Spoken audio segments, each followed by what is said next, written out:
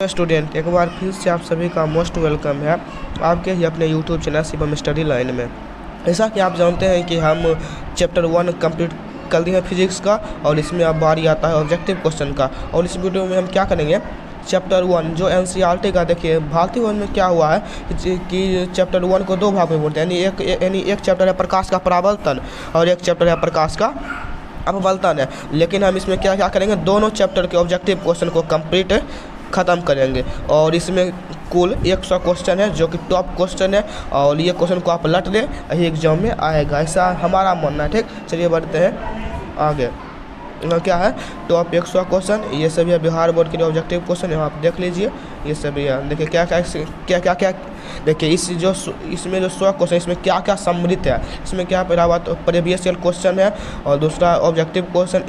इस यानी क्वेश्चन में क्या सभी चीज़ का इसमें सम्मिलित करती है। ठीक, चलिए बढ़ते हैं 1 नंबर प्रश्न से।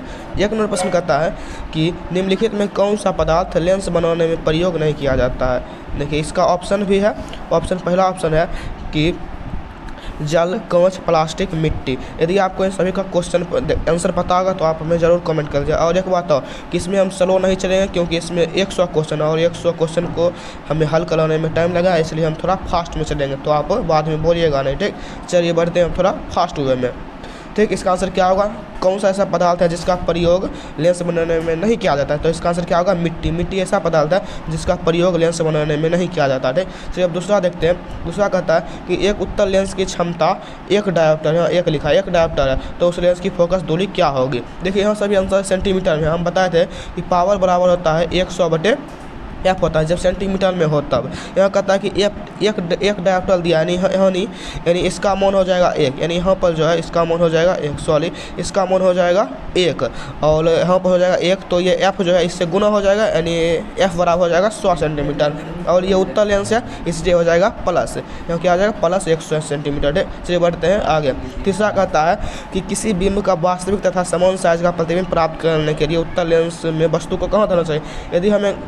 यदि हमें किसी भी वस्तु का मतलब साइज में समान प्राप्त करना है, वस्तु का समान प्राप्त करना प्रतिबिंब का, तो हमें वस्तु को कहाँ रखना चाहिए। इसका है ऑप्शन लेंस के मुख्य फोकस पर, फोकस की 2 गुनी दूरी पर, अनंत पर, लेंस के प्रकाशिक केंद्र तथा मुख्य फोकस के बीच पर। देखिए इसका देखिए जब हम लेंस के मुख्य फोकस पर रखेंगे तो जो प्रतिबिंब है वो अनंत पर बन जाएगा, और जब अनंत पर रखेंगे तो ये हो जाएगा लेंस के मुख्य फोकस पर बन जाएगा।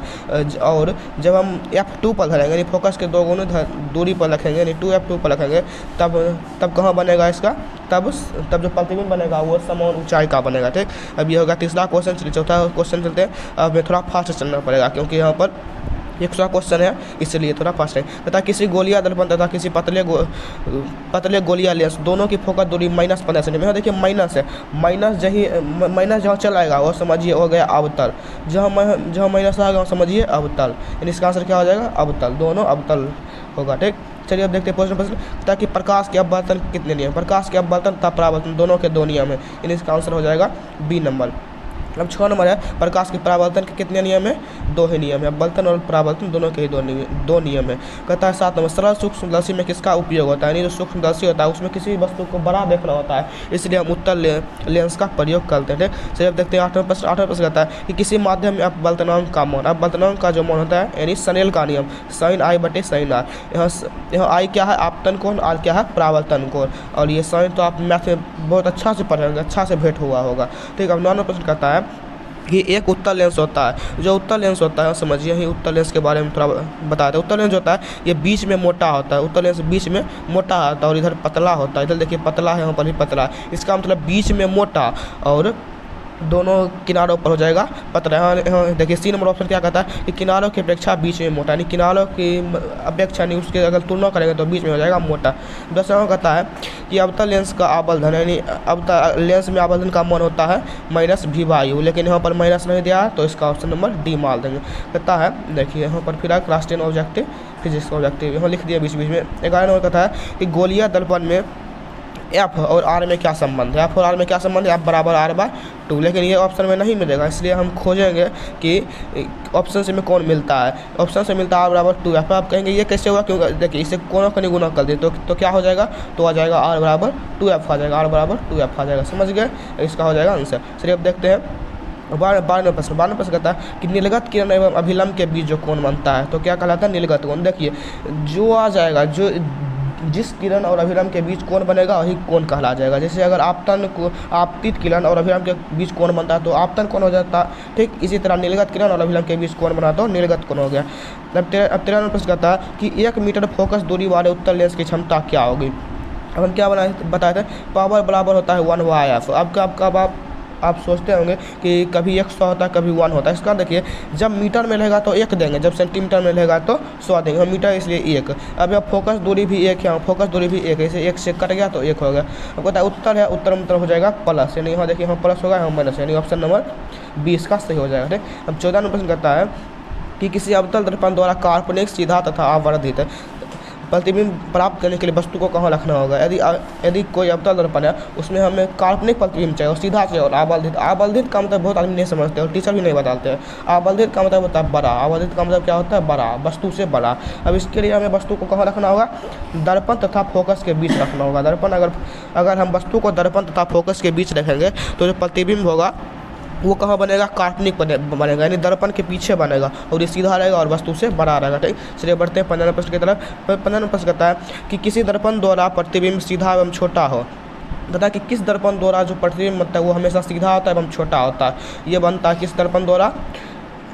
उत्तल दर्पण द्वारा जो प्रतिबिंब बनता है ये हमेशा सीधा होता है और छोटा होता है और ये साथ में काल्पनिक भी होता है। और यदि आपको इसमें क्वेश्चन समझ में आ रहा है तो आप हमारे चैनल को सब्सक्राइब कर लीजिए और साथ में बेल नोटिफिकेशन भी ऑन कर लीजिए, जिससे जब भी हम वीडियो को डालें तो सबसे पहले आपके पास नोटिफिकेशन पहुँचे, ठीक। चलिए बढ़ते हैं 16वें प्रश्न कहता है कि अवतल दर्पण है, अवतल दर्पण का दूसरा नाम क्या है? अवतल दर्पण का दूसरा नाम क्या है? अभिसारी दर्पण। अवतल दर्पण को क्या कहते हैं?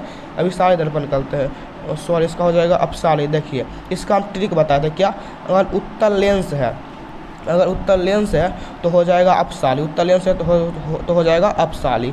अब इसका उल्टा हो जाएगा किस में? उत्तल दर्पण में हो जाएगा कि क्या? अभिसाली। और अगर अवतल दर्पण है तो हो जाएगा अपसारी दर्पण। समझ गए? अब इसका ट्रिक है। अब इस 17वां प्रश्न कहता है कि उत्तल दर्पण में कैसा प्रतिबिंब बनता है? उत्तल दर्पण में जो प्रतिबिंब बनता है वो हमेशा काल्पनिक बनता है और वस्तु से छोटा बनता है। ये भी हम पीछे भी देखे थे। अब 18वां प्रश्न कहता है कि निम्नलिखित में किस दर्पण द्वारा किसी वस्तु का वास्तविक प्रतिबिंब प्राप्त किया जा सकता है?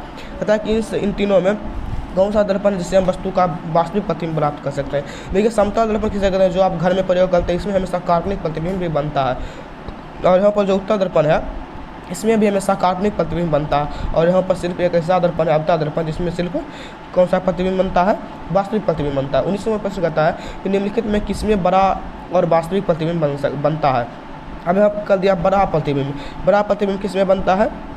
अवतल दर्पण में बनता है। अब यहाँ अवतल लेंस जो है इसमें भी काल्पनिक प्रतिबिंब, छोटा प्रतिबिंब बनता है, इसलिए यहाँ उत्तर नहीं होगा, ठीक। 20वां प्रश्न कहता है कि समतल दर्पण द्वारा कैसा प्रतिबिंब बनता है? समतल दर्पण द्वारा कैसा प्रतिबिंब बनता है? काल्पनिक। यह भी हम आपको बताए थे कि जो घर में प्रयोग होता है वो हमेशा काल्पनिक प्रतिबिंब बनता है। चलिए अब देखते हैं 21वां प्रश्न कहता है कि किसी वस्तु का आवर्धित प्रतिबिंब, आवर्धित मतलब बड़ा प्रतिबिंब किसमें बनता है? अवतल दर्पण में। किसमें बनता है? अवतल दर्पण में बनता है, हमेशा बड़ा प्रतिबिंब बनता है, ठीक। समझ गए? अब 22वां प्रश्न कहता है कि काल्पनिक प्रतिबिंब हमेशा कैसा होता है? हम बताते हैं कि काल्पनिक होगा सीधा और वास्तविक जो होगा वो हमेशा होगा उल्टा। देखिए इसका ट्रिक होता है कि यदि आप कोई चीज़ की कल्पना करते हैं तो वो आप हमेशा सीधा सोचते हैं और वास्तव में क्या होता है? उसका उल्टा होता है। इसका ट्रिक होगा, क्या होगा इसका आंसर? सीधा होगा, ठीक। अब 23 में कहता है कि किस दर्पण में हमेशा आभासी एवं छोटा प्रतिबिंब कहते हैं? यहाँ पर देखिए क्वेश्चन वही है, यहाँ पर सिर्फ काल्पनिक की जगह पर आभासी रख दिया। इसका आंसर क्या हो जाएगा? इसका आंसर हो जाएगा उत्तल दर्पण हो जाएगा, ठीक। अब 24वां प्रश्न कहता है कि निम्नलिखित में किस दर्पण की फोकस दूरी धनात्मक होती है? इनमें से ऐसा कौन सा दर्पण है जिसकी फोकस दूरी धनात्मक होती है? क्या हो जाएगा? उत्तल दर्पण हो जाएगा। 25वां में कहता है कि गोरिया दर्पण के ध्रुव मतलब क्या हो गया? P, ध्रुव मतलब P और F के बीच की दूरी को क्या कहते हैं? फोकस दूरी कहते हैं। क्या कहते हैं? फोकस दूरी। और फोकस दूरी का दूसरा नाम है फोकस अंतर, नव्यांतर, फोकस दूरी, यानी इसका आंसर क्या हो जाएगा? फोकस दूरी हो जाएगा। P और F के बीच की दूरी को क्या कहते हैं? फोकस दूरी कहते हैं। ये आप पढ़े होंगे जब आप चैप्टर पढ़े होंगे, और चैप्टर हम भी पढ़ा है। यदि आपने नहीं देखा है तो प्रेस में जाकर देख सकते हैं। 26वां प्रश्न कहता है कि वक्रता, त्रिज्या एवं फोकस दूरी के बीच में संबंध क्या होता है? देखिए ये क्वेश्चन पीछे भी था, लेकिन उस क्वेश्चन में क्या था कि उस क्वेश्चन का आंसर दिया था r = 2f, लेकिन यहाँ दिया है यहाँ दिया है F बराबर R/2, यहाँ क्या दिया गया है F बराबर R/2, यानी इसका आंसर क्या हो जाएगा ऑप्शन नंबर, इसका आंसर क्या हो जाएगा ऑप्शन नंबर यानी 26 का हो जाएगा 1। और आप वीडियो को लाइक कर लीजिए जिससे कि हमें कुछ मोटिवेशन मिले, आपके लिए हम कुछ अच्छा कर सकें। 27 में कहता है कि हजामत, देखिए हजामत में समझिए कि हजामत में हमें बड़ा प्रतिबिंब चाहिए, जैसे हम कि जिसे सैलून वाला होता है यानी जो केस दाढ़ी उड़ी काटता है वो दाढ़ी को बड़ा देख सकते और वो ठीक से काट सके। और बड़ा प्रतिबिंब हमेशा बनेगा अवतल दर्पण में बनेगा, बड़ा प्रतिबिंब हमेशा किस में बनेगा अवतल दर्पण में। 28 में कहता है सोलर कुकर में, ये समझिए सोलर कुकर में अवतल दर्पण। देखिए सोलर कुकर में क्या होता है कि प्रकाश को सभी जगह इकट्ठा करके एक जगह एकत्रित करना होता है, इसलिए जो अवतल दर्पण होता है ये एक जगह मिला देता है, इसलिए इसे अभिसारी दर्पण कहते हैं। 29 में कहता है सर्च लाइट, मतलब टॉर्च देखना जो पुलिस के पास रहता है वो देखिए प्रकाश को फैला देता है, इसलिए हो जाएगा अवतल दर्पण हो जाएगा। ठीक, चलिए बढ़ते हैं 30वें प्रश्न की तरफ। रोगियों की नाक, कान, गले आदि की जांच करने के लिए डॉक्टर जो होते हैं अवतल दर्पण का ही प्रयोग करते हैं जिससे प्रतिबिंब बड़ा बने। तो यह है 31वां प्रश्न। 31वां प्रश्न कहता है कि पानी में डूबे एक उत्तल लेंस की फोकस दूरी हवा में इसकी फोकस दूरी की अपेक्षा होगी। कहता है कि पानी में डूबा कोई एक उत्तल लेंस है, उसकी फोकस दूरी हवा में जो फोकस, देखिए कहता है कि देखिए एक पानी है, इसमें एक उत्तल लेंस है और एक हवा में उत्तल लेंस है। कहता है कि दोनों में से किसकी फोकस दूरी ज़्यादा होगी, दोनों में से किसकी फोकस दूरी ज़्यादा होगी कि कम होगी कि अपरिवर्तित होगी। देखिए इसका आंसर क्या होगा, देखिए इसमें बहुत ज़्यादा कन्फ्यूजन आता है, लेकिन हम आपको बताते हैं कि जो ये बाहर है इसकी फोकस दूरी ज़्यादा रहेगी, जो बाहर है इसकी फोकस दूरी ज़्यादा रहेगी। और ये क्वेश्चन हमसे गलत भी हो सकता है, तो आप में ज़रूर कमेंट कर दिया, क्योंकि इसमें कोई ये क्वेश्चन में हमें भी कन्फ्यूजन है। 32 में कहता है कि उत्तल लेंस में प्रतिबिंब कैसा बनता है। उत्तल लेंस में जो प्रतिबिंब बनता है, ये जो उत्तल लेंस है ये प्रतिबिंब हमेशा वास्तविक बनता है, लेकिन वास्तविक भी बनता है और उल्टा भी बनता है। देखिए ये ऑप्शन सीधा नहीं होगा, क्योंकि वास्तविक प्रतिबिंब हमेशा उल्टा होता है, इसका आंसर हो जाएगा ऑप्शन नंबर बी, वास्तविक और उल्टा बनता है। चलिए बढ़ते हैं 33वें प्रश्न की तरफ। 33वें प्रश्न कहता है उत्तल लेंस द्वारा, कि उत्तल लेंस में जब काल्पनिक प्रतिबिंब बनेगा तो जो वस्तु है वो कहाँ रहना चाहिए। इस देखिए उत्तल लेंस है, इसमें एक स्थिति ऐसा आता है कि इसमें भी काल्पनिक प्रतिबिंब बनता है। इसमें कब बनेगा, जब कहता है कि फोकसांतर से कम दूरी पर वस्तु रहेगा तब बनेगा कैसा प्रतिबिंब, काल्पनिक प्रतिबिंब बनेगा। ठीक, समझ गए। अब 34 में कहता है कि लेंस की क्षमता होती है, लेंस की क्षमता कैसी होती है, यहाँ पर ऑप्शन कुछ गलती हो गया। लेंस की क्षमता होती है, हाँ लेंस की क्षमता क्या होती है, P बराबर क्या होता है 1/2, यानी फोकस का व्युत्क्रम होता है, फोकस दूरी का व्युत्क्रम होता है। इसका ऑप्शन नंबर सी हो जाएगा। 35 कहता है कि उत्तल लेंस में जब वस्तु F और 2F के बीच हो, उत्तल लेंस में जब कोई भी वस्तु F तथा 2F के बीच रखा हो, यानी फोकस और फोकस के दोनों दूरी के बीच में रखा हो, तब जो प्रतिबिंब बनता है वो प्रतिबिंब कैसा बनता है। ये पहला बात तो वो प्रतिबिंब वास्तविक बनेगा। अब वास्तविक में भी कैसा बनेगा, बड़ा बनेगा। वास्तविक में भी कैसा बनेगा, बड़ा बनेगा। वास्तविक में भी कैसा बनेगा, नहीं इसमें से छोटा होगा, इसमें कन्फ्यूजन हो रहा है। देखिए इसको हम बनाकर देख ही लेते हैं। एक ऐसा है, यहाँ F1 है, यहाँ F2 है, यहाँ एक बीच में वस्तु खड़ा है। अब ये सीधा जाएगा, ये परावर्तन होकर फोकस से गुजर जाएगा, और एक जो किरण है ये प्रकाशित कैंसर होकर जाएगा, ये छोटा बनेगा प्रतिबिंब में, यानी इसका ऑप्शन नंबर बी होगा। ठीक, समझ गए। अब 36 में कहता है कि दो बकरिया पृष्ठों से घिरे ठोस माध्यम को क्या कहते हैं, गोलिया लेंस। ये लेंस का परिभाषा हो गया। लेंस का परिभाषा क्या होगा, दो बकरिया पृष्ठों से घिरे ठोस माध्यम को क्या कहते हैं, लेंस कहते हैं। चलिए देखते हैं 37वें प्रश्न। 37वें प्रश्न कहता है कि किस लेंस का उपयोग कर, देखिए ये चैप्टर नंबर 3 आ गया, यानी जो होता है आँख बड़ा होता है। इसमें कहता है कि दूर दृष्टि दूर करने के लिए कौन सा लेंस प्रयोग करेंगे, ये हो जाएगा उत्तल लेंस। इसका ट्रिक भी है, लेकिन ये हम जब 3 नंबर का ऑब्जेक्टिव क्वेश्चन करेंगे उसमें बताएंगे। चलिए अब देखते हैं 38 नंबर कहता है कि नई काल्तीय चिन्ह परिपाटी के अनुसार दर्पण के सामने वस्तु की दूरी कैसी ली जाती है। अगर हम वस्तु की दूरी लेंगे, यानी अगर हम u लेंगे, u कैसे लेंगे, u जब भी लेंगे तो हम माइनस में लेंगे, यानी ऋणात्मक लेंगे। ये हो जाएगा ऑप्शन नंबर बी। ये देखते हैं 49वें प्रश्न। 49वें प्रश्न कहता है कि प्रत्येक लेंस के 2 वक्रता केंद्र होते हैं। कहता है कि सभी लेंस जो होते हैं उनके 2 वक्रता केंद्र होते हैं, 2 वक्रता केंद्र होते हैं, इसलिए 2 फोकस दूरी होते हैं। अब ऐसा क्यों होता है, क्योंकि लेंस की 2 वक्र सतह होती है। ये ऑप्शन है, लेंस की एक सतह वक्र तथा दूसरी सतह समतल होती है, लेंस की दोनों सतह समतल होती है। ये सभी कोई नहीं होगा, इसका हो जाएगा ऑप्शन नंबर ए, क्योंकि जो लेंस होता है ये लेंस 2 गोला से बनता है, और 2 गोला का 2 केंद्र होता है, इसलिए 2 वक्रता केंद्र हो जाएगा। ठीक, यानी इसका ऑप्शन नंबर ए सही हो जाएगा, ऑप्शन नंबर ए सही हो जाएगा। ठीक, चलिए बढ़ते हैं 40वें प्रश्न। 40वें प्रश्न कहता है उत्तल दर्पण में प्रतिबिंब कैसा बनता है। उत्तल दर्पण में हमेशा प्रतिबिंब आभासी बनेगा। उत्तल दर्पण में हमेशा प्रतिबिंब कैसा बनेगा? आभासी बनेगा। चलिए बढ़ते हैं 41 नंबर प्रश्न। 41 नंबर प्रश्न देखते हैं। 41 नंबर प्रश्न क्या है, जरा ध्यान से देखिए। 41 नंबर प्रश्न कहता है कि एक अवतल दर्पण की फोकस दूरी 10 सेंटीमीटर है। एक अवतल दर्पण देखिए एफ दिया गया है 10 सेंटीमीटर, कहता है कि आर निकालें। हम शुद्ध बताया था कि आर बराबर 2f है, यानी 2 से गुना कर दीजिए, यानी 10 दूनी 20 हो जाएगा, यानी इसका आंसर हो जाएगा 20 सेंटीमीटर, यानी ऑप्शन नंबर बी। अब देखिए 42 नंबर प्रश्न कहता है कि निम्नलिखित में से किसी वस्तु का वास्तविक प्रतिबिंब कौन कौन बना सकता है, ताकि इनमें से कौन सा ऐसा दर्पण या लेंस है जो किसी वस्तु का वास्तविक प्रतिबिंब बना सकता है। इसका आंसर क्या हो जाएगा? उत्तल लेंस। उत्तल लेंस जो है वो वास्तविक प्रतिबिंब बना सकता है। चलिए देखते हैं 43 प्रश्न कहता है कि उत्तल लेंस द्वारा आवर्धित काल्पनिक प्रतिबिंब तब बनता है। देखिए आवर्धन तो क्या होता है? बड़ा, ताकि उत्तल लेंस में वस्तु का प्रतिबिंब कब बड़ा बनता है। ये क्वेश्चन तो हमें कन्फ्यूजन वाला लगता है, क्योंकि बड़ा प्रतिबिंब तो हर समय बनता है जब देखिए फोकस पर रहता है, तब जाके अनंत पर बनता है और बहुत बड़ा रहता है, और फोकस और लेंस के बीच रहता है। और देखिए इसका आंसर क्या हो जाएगा? सी। ये क्वेश्चन सही है, हमें ऑप्शन पढ़ने में गलती होगी। देखिए क्या होता है, देखिए अब समझाते हैं। जब कोई वस्तु रहेगा अनंत पर, तो उसका जो प्रतिबिंब बनेगा वो प्रतिबिंब कितना बनेगा हम बताते हैं। वो प्रतिबिंब बनेगा मात्र इतना बनेगा, कितना, जितना बिंदु साइज का बनेगा। और जब फोकस और लेंस के बीच रहेगा तब वो कैसा बनेगा? उल्टा बनेगा और साथ में छोटा बनेगा। और फोकस दूरी और दोगुनी फोकस के बीच रहेगा तब भी छोटा बनेगा, यानी इसका आंसर हो जाएगा सही क्या? फोकस पर बनेगा। ठीक, समझ गए। 44 में कहता है कि एक गोरिया दर्पण है जिसकी फोकस दूरी 20 सेंटीमीटर है। तो दर्पण के साथ देखिए हम क्या बताए थे कि अगर प्लस है तो हो जाएगा उत्तल, प्लस है तो उत्तल, अगर निगेटिव है तो अब बताइए इसका आंसर क्या हो जाएगा? आंसर हो जाएगा ऑप्शन नंबर ए, यानी उत्तल लेंस हो जाएगा। ठीक, अब कहता है कि तालाब का जल कम गहरा दिखता है। देखिए जब भी आप तालाब के नीचे जाते होंगे, नीचे तो नहीं, जब ऊपर से देख देंगे तो जो होता है तालाब का जो जल होता है वो कम गहरा, यानी तालाब का जल होता है गहरा 10 सेंटीमीटर, तो आपको लिखा जाता है 5 सेंटीमीटर, 2 सेंटीमीटर, 4 सेंटीमीटर। अब ये क्यों होता है? इसका कारण है प्रकाश का अपवर्तन। प्रकाश के अपवर्तन के ही कारण एक कम रखा जाता है। ठीक, समझ गए। चलिए बढ़ते हैं अब 66 प्रश्न कहता है कि अवतल दर्पण की फोकस दूरी कैसी होती है। हम बताते हैं कि अवतल दर्पण की फोकस दूरी होती है निगेटिव, यानी ऋणात्मक होती है। 67 प्रश्न क्या कहता है कि किसी अवतल दर्पण की फोकस दूरी एफ है, कि अवतल दर्पण की फोकस दूरी एफ है और वक्रता त्रिज्या आर है, तो कौन सा संबंध सही है? हम क्या बताते हैं कि आर बराबर 2f, ऑप्शन में जांच कीजिए, या एफ बराबर r/2। अब देखिए यहाँ पर हमें ऑप्शन मिल रहा है, कौन सा ऑप्शन?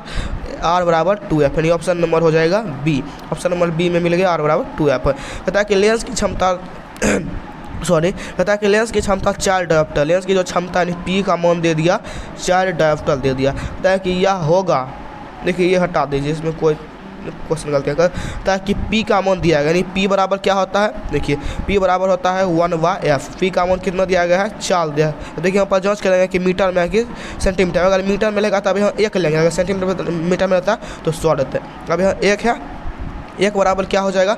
1 बराबर हो जाएगा 1/f, यानी f बराबर हो जाएगा 1/4, यानी 0.25 मीटर हो जाएगा। ठीक, 0.25, यानी इसका आंसर क्या हो जाएगा? सॉरी जल्दी हो गया, 0.25 उत्तल लेंस। आप कहेंगे उत्तल लेंस ही क्यों होगा? उत्तल लेंस होने का कारण है क्योंकि यहाँ पर प्लस का चिन्ह, अगर रहता माइनस का चिन्ह तब होता है उत्तल लेंस। ठीक, समझ गए। हम चलते हैं 49 प्रश्न कहता है कि किसी बिंदु वस्तु से निकल कर किरणें किसी लेंस अपवर्तित होकर जिस बिंदु पर मिलती है उसे क्या कहते हैं? फोकस। ये फोकस का परिभाषा है, इसमें हम कोई अलग से बता नहीं सकते। ठीक, ये फोकस का परिभाषा आप याद कर सकते हैं। ठीक, समझ गए। इसे बोलते हैं 50 नंबर। कहता है कि किसी शब्दकोश में पाए गए छोटे अक्षरों को पढ़ते समय आप किस लेंस का पसंद करें? ये क्वेश्चन में इतना ज़्यादा कन्फ्यूजन है, कन्फ्यूजन है। देखिए अब इसका सही आंसर आप ही तय कीजिएगा। तो हम बताते हैं, देखिए जो छोटा शब्द है, छोटा शब्द में बड़ा लेंस है, यानी उसमें बड़ा प्रतिबिंब बने। अब बड़ा प्रतिबिंब कब बनेगा? जब उसका फोकस कम रहेगा, क्योंकि फोकस का व्युत्क्रम होता है, इसलिए 50 वाला तो गया, यानी 50 वाला नहीं होगा क्योंकि इसका फोकस कम होना चाहिए। अब उत्तर होगा कि अवतर होगा? क्योंकि उत्तर में हमेशा बड़ा प्रतिबिंब बनता है, इससे हो जाएगा बड़ा। समझ गए। ठीक, अब इसका आप तय कर लीजिएगा। ठीक, अब देखते हैं 51 नंबर करता है। अब देखिए हम ये आधा वीडियो खत्म कर दिया, यानी 50 क्वेश्चन खत्म कर दिए। और यदि आपको हमारा ये मेहनत सफ़र में, यानी मेहनत कुछ नज़र में आ रहा है तो आप इस चैनल को सब्सक्राइब कर दीजिए, वीडियो को लाइक कीजिए और अपने दोस्तों के पास भी शेयर कीजिए ताकि वो भी इसका आनंद उठा सके और कुछ पढ़ सके। और यदि आपको कोई भी क्वेश्चन हमसे पूछना हो तो आप ज़रूर कमेंट कर दीजिएगा। चलिए अब देखते हैं 51वां प्रश्न। वैसे आप तैयार हो जाइए, 50 क्वेश्चन के ये। 51वां प्रश्न कहता है कि फोटोग्राफी कैमरे का अभिदिशक यानी जो फोटोग्राफी कैमरा होता है उसका जो अभिदिशक यानी जो बाहर आता है वो होता है उत्तल लेंस का होता है। ठीक, समझ गए। अब ये याद कर लीजिएगा। सॉरी, तो कहता है 52 नंबर ताकि प्रकाश तरंग कौन सा तरंग है सॉरी पता है कि प्रकाश तरंग जो है वो कैसा तरंग है, वो अनुप्रस्थ है। कैसा है? अनुप्रस्थ। प्रकाश कैसा है? अनुप्रस्थ। अब देखिए ऑप्शन में नहीं दिया गया है, तो इसका दूसरा भी होगा क्या? विद्युत चुंबकीय तरंग। प्रकाश जो है वो विद्युत चुंबकीय तरंग भी है और अनुप्रस्थ तरंग भी है। ठीक, चलिए बढ़ते हैं 53 प्रश्न। 53 प्रश्न कहता है कि दंत विशेषज्ञ जो होते हैं यानी जो दांत देखने वाले होते हैं वो किस दर्पण का प्रयोग करते हैं। देखिए जो दंत विशेषज्ञ जो होते हैं यानी दांत के जो डॉक्टर होते हैं वो हमेशा वस्तु का बड़ा प्रतिबिंब देखना चाहते हैं, इसलिए वो हमेशा कौन सा दर्पण लेते हैं? हमेशा लेते हैं अवतल दर्पण, क्योंकि अवतल दर्पण में बड़ा प्रतिबिंब बनता है। ठीक, समझ गए। चलिए बढ़ते हैं 54 प्रश्न। 54 प्रश्न कहता है कि कौन सा लेंस अपसारी लेंस है। इसका हम ट्रिक बताए थे, क्या हो जाएगा? उत्तल लेंस। उत्तल लेंस को कहते हैं अपसारी लेंस कहते हैं।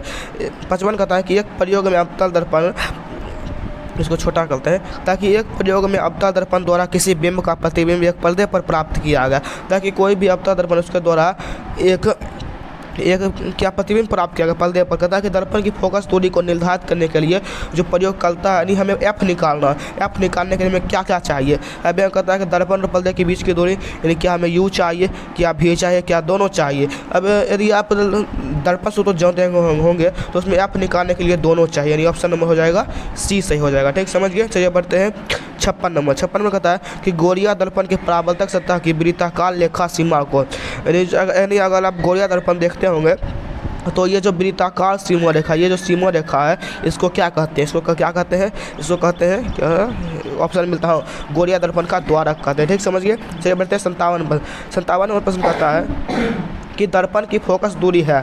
कहता है कि हमें एफ निकालना है और हमें आर दिया गया है। आर का मान कितना है? 32, यानी एफ जो होता है 32 का आधा यानी आर का आधा, हो जाएगा 16। अब देखिए 16 ये होगा कि ये होगा, इसमें कन्फ्यूजन है।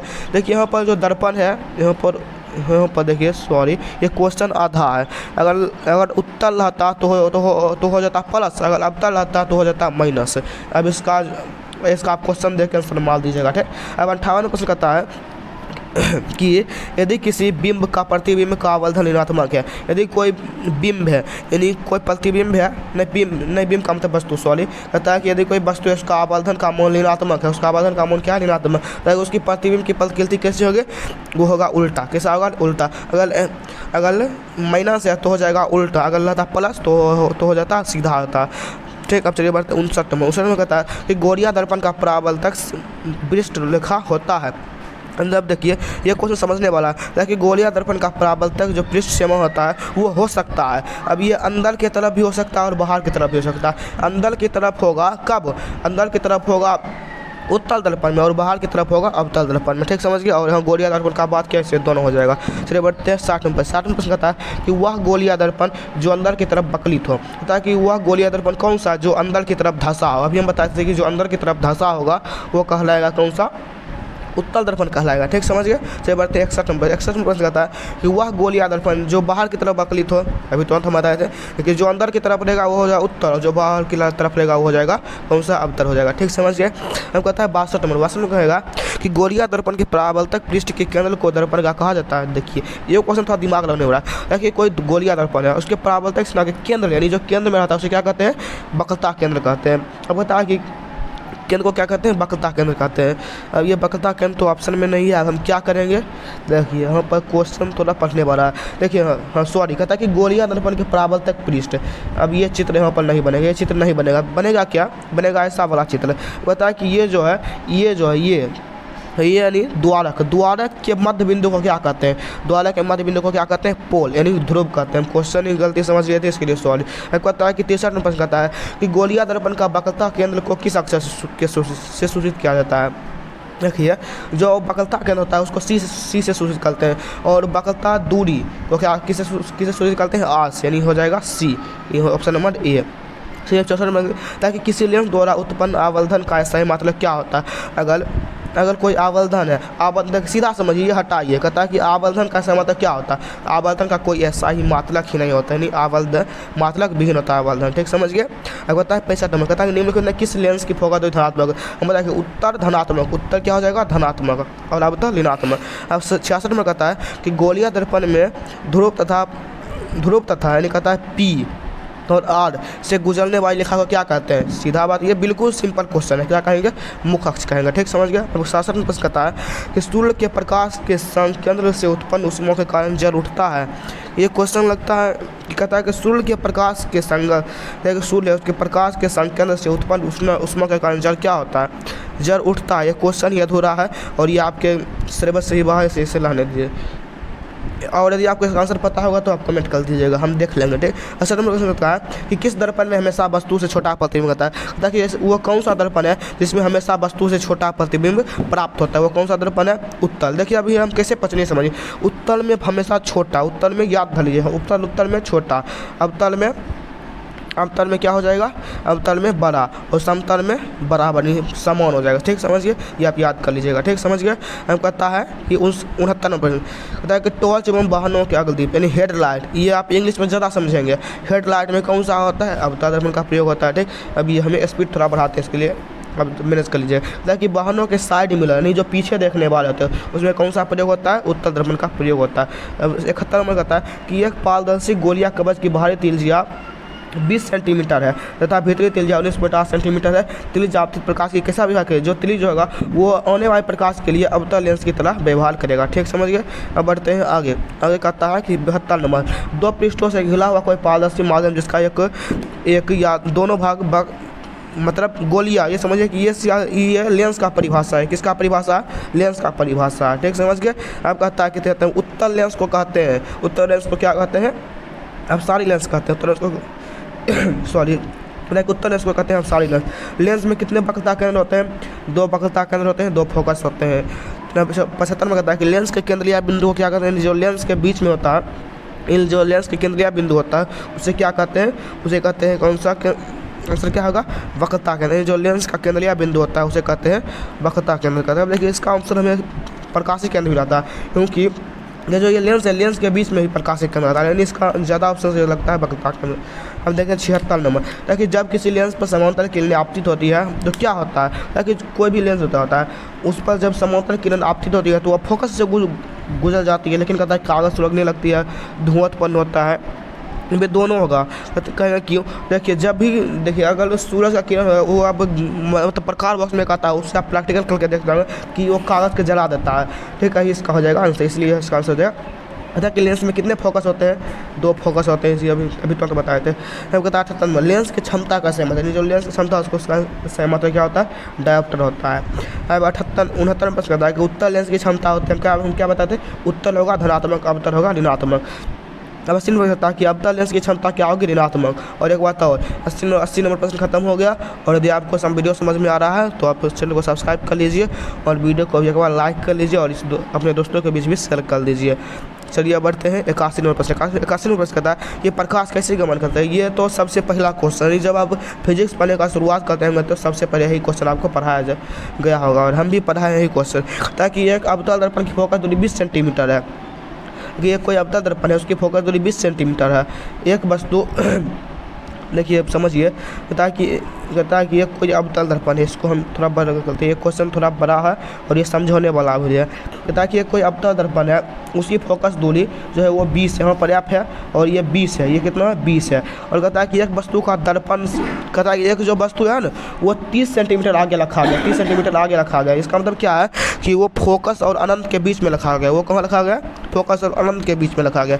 इसका मतलब उसका प्रतिबिंब कहाँ बनेगा, उसका प्रतिबिंब कहाँ बनेगा, वो बनेगा किधर, वो बनेगा वो बनेगा फोकस और ध्रुव के बीच बनेगा। अब ये कहाँ बनेगा, ये तो दर्पण सूत्र से निकालना पड़ेगा और वो आप निकाल लीजिएगा। देखिए ये इसमें क्या होगा कि दर्पण सूत्र होता है क्या, दर्पण सूत्र होता है 1/f बराबर 1/v + 1/u। अब यहाँ u का मान दिया गया है, u का मान क्या हो जाएगा, u का मान हो जाएगा -30 सेंटीमीटर और f का मान हो जाएगा -20 सेंटीमीटर, क्योंकि यहाँ पर अवतल है, ठीक। अब यहाँ पर आप मान लग के v का मान निकाल लीजिएगा, ठीक। और ये आपका होमवर्क है, आप इसे कमेंट कर दीजिएगा इसका आंसर निकाल के, ठीक। चलिए बढ़ते हैं 83वां प्रश्न 83वां प्रश्न कहता है कि किसी अवतल दर्पण के सामने 30 सेंटीमीटर। अब देखिए ये भी हो गया कौन सा क्वेश्चन, न्यूमेरिकल क्वेश्चन। अब देखिए यहाँ पर कहता है कि सामने यानी यू का मान दे दिया -30, यू का मान दे दिया -23। कहता है कि दर्पण पीछे यानी पीछे बनता है, इसका मान लेंगे प्लस में, भी लेंगे प्लस में, यानी 40 लेंगे। अब कहता है कि फोकस निकालेंगे। देखिए इसे हम निकाल रहे हैं, ठीक, देखिएगा कहता है कि 1y, इसको यहाँ पर लिखते हैं, कहता है 1yf बराबर 1yv प्लस 1y होता है। अब इसे निकालते हैं। देखिए u कितना -30, v कितना है 40, v का मान लिखेंगे 40, यानी 1/40 - 1/30 लिखेंगे, क्योंकि यहाँ पर माइनस है। अब यहाँ हो जाएगा 120, इसका एलसीएम लेंगे, 30 माइनस नहीं 3 होगा, माइनस ये 30 नहीं होगा क्योंकि 4 तिया होता है, नहीं 4 तिया बचते, ठीक। अब यहाँ हो जाएगा क्या 4, यानी -1/120 हो जाएगा, ठीक। इसका आंसर क्या हो जाएगा 120, क्योंकि 120 ऊपर चल जाएगा, ठीक। इसका आंसर हो जाएगा 120 सेंटीमीटर हो जाएगा, ठीक। नहीं तो आप इसे आसानी से निकाल लीजिएगा, नहीं तो वीडियो लंबा हो जाएगा, थोड़ा फास्ट चलना है। इसके लिए आप टेंशन नहीं लीजिएगा, आप मैनेज कर लीजिए। ताकि एक गोलिया दर्पण का वक्रता दिया, यानी आर का मान है 20 सेंटीमीटर, तो फोकस जो कितना होगा आधा होगा, यानी 10 हो जाएगा, ठीक। समझ गए, कितना हो जाएगा 10, आधा हो जाएगा, ठीक। हम 50 कहता है कि जिस वस्तु से प्रकाश निकलती है उसे क्या कहते हैं, प्रकाश स्रोत कहते हैं। जिस वस्तु से प्रकाश निकलती है उसे क्या कहते हैं, प्रकाश स्रोत कहते हैं। 86 कहता है कि प्रकाश के किरणों के समूह को क्या कहते हैं, किरण पुंज कहते हैं। प्रकाश के किरणों के समूह को क्या कहते हैं, किरण पुंज कहते हैं, ठीक। अभी हम बताएं 27 में प्रश्न कहता है कि प्रकाश की किरणें के पथ को दर्शाने वाले किरण को आरेख को क्या कहते हैं, किरण आलेख कहते हैं। ये एक मतलब ये याद करने वाला, प्रकाश के माध्यम कितने प्रकार के हैं, 2 प्रकार, सघन और विरल। 89 प्रश्न कहता है उत्तल दर्पण के सामने एक वस्तु रखा गया है जिसकी प्रतिबिंब की प्रकृति। देखिए उत्तल दर्पण में हमेशा काल्पनिक बनता है, सीधा याद धरिए काल्पनिक, यानी उत्तल दर्पण है तो काल्पनिक बनेगा, ठीक। समझ गए। 90 प्रश्न कहता है कि किसी लेंस की क्षमता 2 है, यानी 2 अभी सेंटीमीटर में है, इसलिए 100/f कर देंगे। देखिए सेंटीमीटर में है, नहीं हम मीटर में है, नहीं तो हम देखिए ऐसे ही हल करते हैं। सेंटीमीटर में निकलेगा, यानी f बराबर हो जाएगा 50 सेंटीमीटर हो जाएगा। देखिए 50 सेंटीमीटर ऑप्शन में नहीं है, इसलिए इसे हमें मीटर में बदलना है। यानी 50 सेंटीमीटर को मीटर में बदलेंगे, 50 सेंटीमीटर को मीटर में बदलेंगे तो इसे 100 से भाग कर देंगे तो हो जाएगा कितना, 1/2 हो जाएगा, यानी 0.5 मीटर हो जाएगा। देखिए 0.5 मीटर है, ये हमारे ऑप्शन में है, ठीक। अब कहता है 91 प्रश्न कि निम्नलिखित में किसका अपवर्तनांक सबसे अधिक होता है। अपवर्तनांक सबसे अधिक किसका होता है, हीला का होता है, और कितना होता है 2.42 होता है, यानी 2.42 होता है इसका अपवर्तनांक। 92 प्रश्न कहता है कि निम्नलिखित में किस लेंस को अभिसारी किसे कहते हैं, अभिसारी लेंस किसे कहते हैं, अभिसारी लेंस कहते हैं अवतल लेंस को, अभिसारी लेंस किसे कहते हैं, अवतल लेंस को, और उत्तल लेंस को कहते हैं अपसारी लेंस कहते हैं। अब देखिए 93 प्रश्न है, 93 प्रश्न कहता है कि दर्पण के सामने किसी भी दूरी पर स्थित वस्तु का प्रतिबिंब सीधा प्रतीत होता है। देखिए कि दर्पण है, उसके सामने की कहीं भी वस्तु रखा है उसका प्रतिबिंब हमेशा सीधा होता है, उसका प्रतिबिंब हमेशा सीधा बनता है, तो वो कौन सा दर्पण है।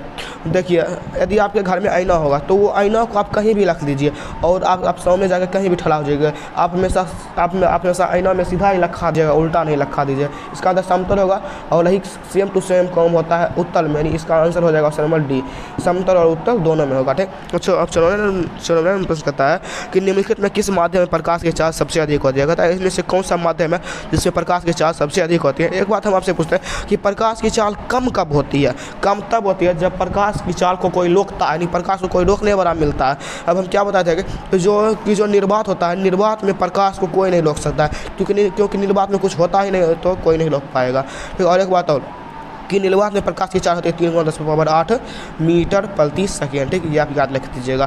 कहता है कि तेलिया कागज़ क्या होता है, पारभासी होता है। तेलिया कागज़ क्या होता है, पारभासी होता है। अब 96 कहता है कि समतल दर्पण की फोकस दूरी अनंत होती है, समतल दर्पण की फोकस दूरी क्या होती है, अनंत। 97 प्रश्न कहता है कि अवतल दर्पण के सामने वस्तु को कहाँ रखा जाए। अवतल दर्पण है, उसके सामने वस्तु को कहाँ रखा जाए कि प्रतिबिंब जो है वो उल्टा बने और वास्तविक बने और समान आकार का बने।